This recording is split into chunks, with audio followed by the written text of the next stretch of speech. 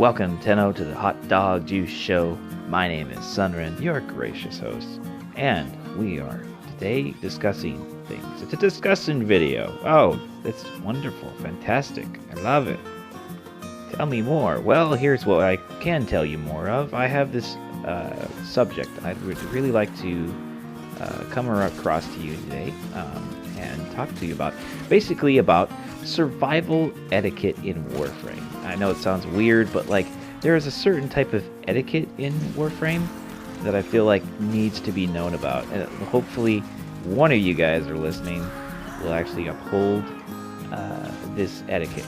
Okay, so first off, I have to make sure I give a pretext to this sort of thing. So basically, I'm going to tell you a story. So sit down, children. Let's hear the story. So one day I was in Mott, and I was only running by myself, except for one other person, which was an Ash.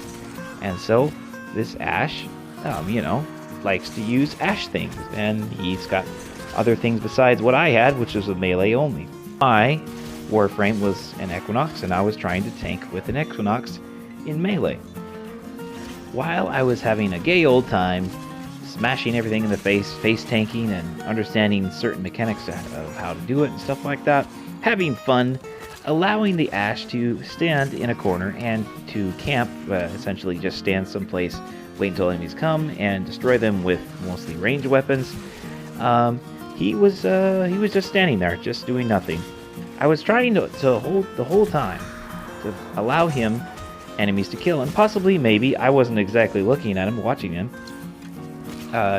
Basically, he might have been doing that, but it seemed like he didn't do that very much. So here's the thing. So, in the survival, just the two of us, we have me that's going around constantly keeping spawns killed, and him, he's waiting for spawns. Now the thing is like I was allowing spawns to come into the room, and because I couldn't face every single spawn point that was coming into this room, so I thought that he should have enough to, preoccupy himself. So, the inevitable thing does happen. Somewhere around, I don't know, 30 minutes or something like that, I made a little mistake, and I died. Basically, and I bleed out. And I was waiting the whole time for him to pick me up. Maybe, hopefully, hopefully he was a good person. But apparently this person was not. He sat there, he stealthed, waited for me to die fully, and then he started to actually play the game. Now, both tactics in this case is fine. Camping works, but only if the entire party is willing to go into it, and then it will always work because of the fact of the kills. People are being killed fast enough, so that way life support drops in fast enough, keeping it up, keeping you guys in the survival longer and whatnot.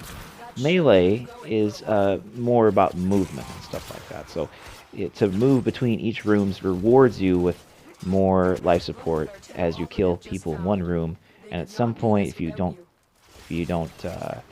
keep moving to another room at some point, then the life support will kind of slow down a little bit.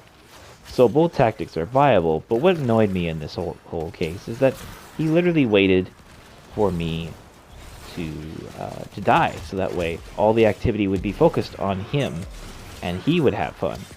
So this is where the etiquette part comes in. I really think, honestly, it makes no sense to be in a mission and then force a gameplay, especially in survival, to force a gameplay on everybody else, except for that everybody else doesn't want to do that.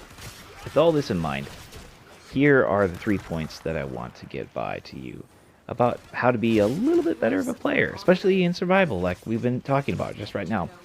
In survival, mainly the number one thing is always be a teammate and pick your allies up, respectively. If they keep downing themselves, then maybe their builds are wrong and stuff, and at some point I totally agree that maybe you shouldn't pick them up anymore. But, I don't know, 3 to 4 to 5 times helping them out, picking them up is totally fine and is proper.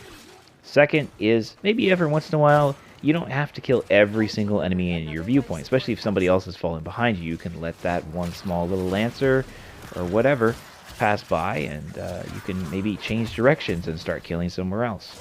And number 3, always try to figure out how to be a teammate again.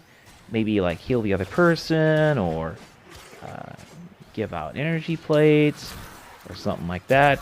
Keep the life support up by popping the life support pods when it's low.